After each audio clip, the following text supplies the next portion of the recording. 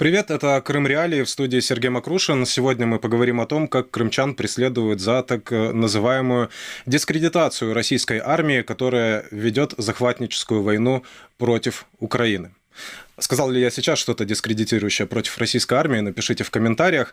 По состоянию на 11 апреля подконтрольные России суды Крыма поступило 737 протоколов о так называемой дискредитации российской армии. Об этом сообщает представительство президента Украины в Автономной Республике Крым. Сообщается, что из них по 641 протоколу было вынесено решение.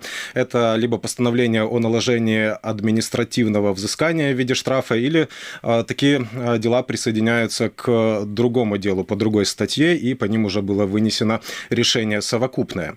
По 20 таким делам, по данным постоянного представительства президента Украины в Крыму, рассмотрение материалов продолжается. Еще год назад это число было вдвое меньше. За первые 15 месяцев полномасштабной войны по состоянию на май 2023 года правозащитникам из организации «Крымский процесс» удалось отследить 350 протоколов.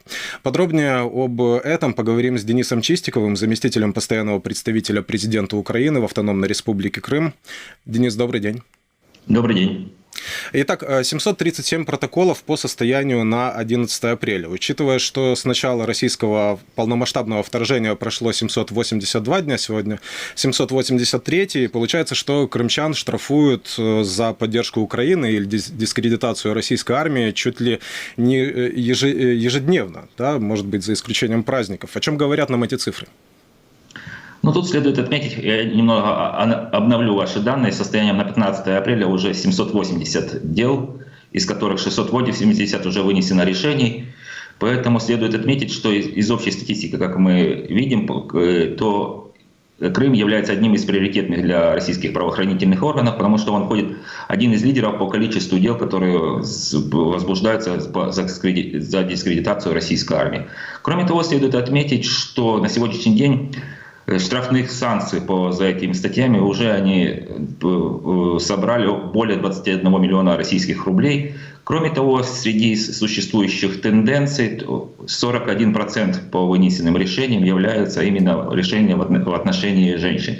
Это говорит о том, что активное участие, то есть непринятие российской политики на территории временно оккупированного Крыма со стороны временно оккупированного Крыма не принимается не только мужчинами, а принимают активное участие, но также женщины. Следует отметить вообще историю, почему это было принято. Это было принято после полномасштабного вторжения, и это как бы Россия предполагала, что будет социальное напряжение, и таким способом она пытается гасить его. Но исходя из того, что происходит в Крыму и существование движения сопротивления уже после полномасштабного вторжения, и также активность, именно которую мы видим по решениям судов, это показывает, что Крым — это Украина, и граждане Украины, которые проживают в Крыму, не собираются мириться с тем, что там происходит. То есть, с одной стороны, цифра вот в 780 таких протоколов, она может устрашать, с другой стороны, она показывает какую-то социологию нам, сколько людей в Крыму не согласны с войной России против Украины, и мало того, что не согласны, говорят об этом в условиях Крыма публично. Это, да, здесь можно также проводить некоторые аналогии, они могут не соответствовать реальности, но общие тренды и тенденции можно отмечать. Также следует отметить из новых трендов и тенденций, которые видит и фиксирует представительство, это увеличение количества дел, которые рассматриваются армянскими и джанкойскими судами именно по дискредитации. И за последние 6 месяцев только армянским судом уже рассмотрено 81 дело, то есть значительное возрастание количества. И это говорит о том, исходя из фабул дел, которые рассматриваются, это говорит о том, что граждане Украины с так называемых новооккупированных территорий, которые въезжают в Крым, их активно осматривают именно на административной границе российские представители российских спецслужб, досматривают их телефоны, и именно это является результатом досмотра тех телефонов, и отправляются материалы в суд для привлечения к ответственности. Тут мы также обращаемся к нашим гражданам, чтобы были внимательны, поскольку активно проводится такая работа со стороны российских спецслужб. Кроме того, следует отметить и то, что, к сожалению, и вообще это все плохо, но кроме того, они привлекают даже за выявление тех материалов в социальных сетях, когда рассматривают телефоны, которые были опубликованы до момента полномасштабного вторжения и до момента вступления принятия закона про дискредитацию российской армии, что также указывает про то, что у них нету, они даже своего законодательства не придерживаются. Кроме того, также этим злоупотребляют, понимая, что существует такая ответственность, и российские военнослужащие, местные жители с территории временно оккупированного Крыма указывают про то, что активно сейчас нахабно и агрессивно себя ведут по отношению к местным жителям со стороны российских военнослужащих, и при этом они отдельно делают акцент на то, только вы будете жаловаться, мы это выкрутим так, что это будет расценено как дискредитация российской армии. Поэтому мы можем понимать, насколько еще стало тяжелее гражданам Украины во временно оккупированном Крыму и как этим злоупотребляет как оккупационная власть, так и российские военнопленные. Исходя из той информации, которая вам доступна, как выглядит вот в среднем, да, вот этот процесс, и какая часть из этого числа крымчан, которых преследуют за проукраинскую позицию или за то, что они якобы дискредитировали российскую армию, какая часть из этого числа попала в поле зрения российских силовиков по публичным либо по анонимным доносам? Ну, следует отметить, что такой статистики у нас нет, но большое количество вынесенных дел выносится именно по публичным или анонимным доносам, и следует отметить, что это является как и даже за прослушивание музыки дома в квартире, если ее слышат соседи, были такие материалы, что также они жалуются и их привлекают к ответственности. Прослушивание музыки в публичных местах, это было как только была введена ответственность, после этого граждане Украины в Крыму стали более осторожными. Также при упоминании не в том направлении разных исторических фактов на уроках, как в школах, так и на занятиях в высших учебных заведениях, также существует такая практика, что родители потом жалуются, и граждан Украины привлекают к административной ответственности именно за дискредитацию армии. Кроме того, следует отметить, что тут активно также работают все-таки российские спецслужбы, но чтобы сменьшить внимание к себе, они сейчас активно используют именно телеграм-каналы, куда вроде бы как появляется информация про какой-то факт, и под этим фактом просят именно обратить внимание правоохранительных органов или именно спецслужб. То есть и уже спецслужбы как бы реагируют на просьбы граждан. Это такая практика, чтобы уменьшить внимание к себе негативного населения, как мы понимаем. И также такая происходит эти телеграммы для фильтрации, поскольку сразу же за указанными фактами мы видим факты публичных извинений людей, которые условно были привлечены за дискредитацию российской армии. Те люди, которые отказываются от публичных извинений, их привлекают уже к криминальной ответственности. То есть это такое сито, кому мягкое наказание, а кому серьезное наказание. И уже на прошлой неделе также был факт о том, что человек, который отказался публично извиняться в указанных телеграм-каналах, в дальнейшем он был привлечен к уголовной ответственности. Те, кто извиняются, тоже привлекаются к ответственности. Одна из недавних историй – это история жителя Керчи Олега, фамилию которого мы не называем из этических соображений. Его оштрафовали на 150 тысяч рублей за так называемую дискредитацию российской армии в соцсети ВКонтакте и пропаганду ЛГБТ.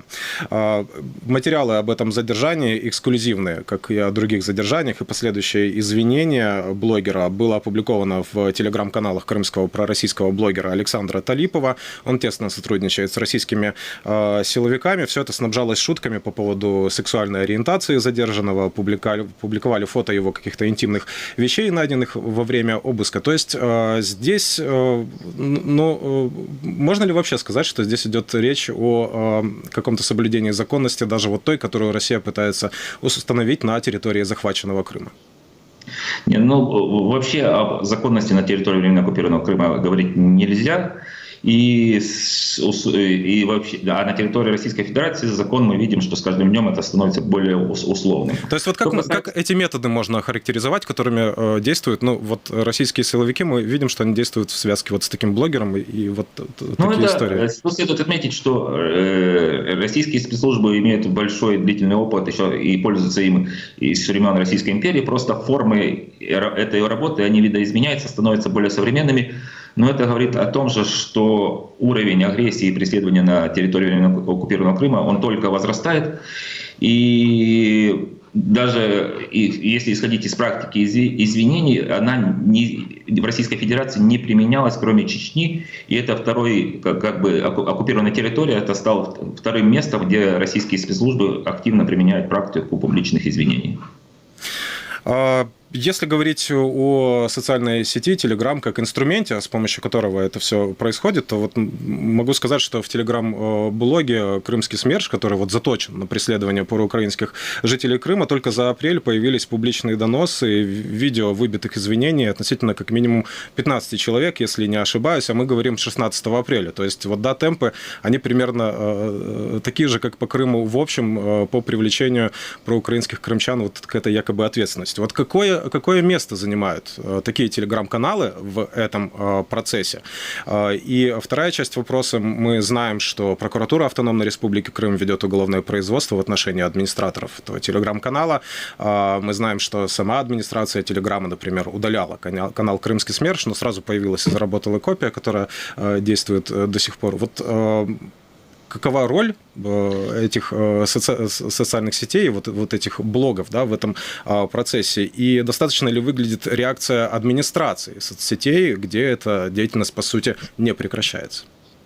Ну, тут следует отметить, что таких телеграм-каналов после того, как был удален один канал, сейчас существует, кроме крымского СМЕРШа, еще севастопольский СМЕРШ. Также известен Талипов, который также активно использует свой ресурс для привлечения внимания. И тут следует отметить, что представительство пошло по практике получения из открытых источников информации касательно собственника или администратора, и именно обращается к правоохранительным органам Украины для дальнейшей оценки ситуации и привлечения их к уголовной ответственности. Вот так относительно Талипова и Телеграм его канала также была информация, в результате чего и было возбуждено уголовное дело относительно указанного гражданина. Следует отметить, что эта практика, применяемая по отслеживанию ситуации в телеграм-каналах, активно используется российскими спецслужбами по всей территории Российской Федерации. Таким способом они также выявляют активных граждан, которые проявляют активность в социальных сетях, а также для посеяния страха среди населения, которое активно, именно эти извинения и те меры, которые демонстрация, что спецслужбы контролируют все, это сеет панику и страх, стараются посеять панику и страх, но относительно временно оккупированного Крыма и вообще и других временно оккупированных территорий Украины мы видим, что это им на данный момент не удается. Спасибо вам за разговор. Напомню, что с нами на связи был Денис Чистиков, заместитель постоянного представителя президента Украины в Автономной Республике Крым. Мы продолжаем наш разговор. Как только что сказал наш собеседник, порядка 21 миллиона российских рублей в виде штрафов было собрано с крымчан, которых российская власть обвиняет в проукраинской позиции или так называемой дискредитации российской армии. Как вы понимаете вообще эту норму дискредитации, за что, по вашему мнению, в Крыму могут начать преследование? Пишите в комментариях под этой трансляцией. Единственное, что должен уточнить, что Крым Реалии в России и на контролируемых ею территориях объявлены нежелательной организацией, поэтому комментируйте, делитесь нашими материалами, когда уверены, что вам со стороны российских властей это ничем не грозит. Итак, мы продолжаем наш эфир. Далее к нашему эфиру подключается Искендер Бариев, глава Крымско-татарского ресурсного центра. Искендер, здравствуйте. Добрый день. Итак, говорим мы сегодня о преследовании крымчан. 780 протоколов была названа сегодня уже эта цифра. Порядка 21 миллиона рублей было взыскано с крымчан. Но вот учитывая размер дыр в крымском бюджете, версия, что таким образом в Крыму пополняет казну, выглядит несостоятельной. По вашему мнению, каковы главные мотивы оккупационных властей, когда они вот таким потоком просто составляют эти протоколы против крымчан?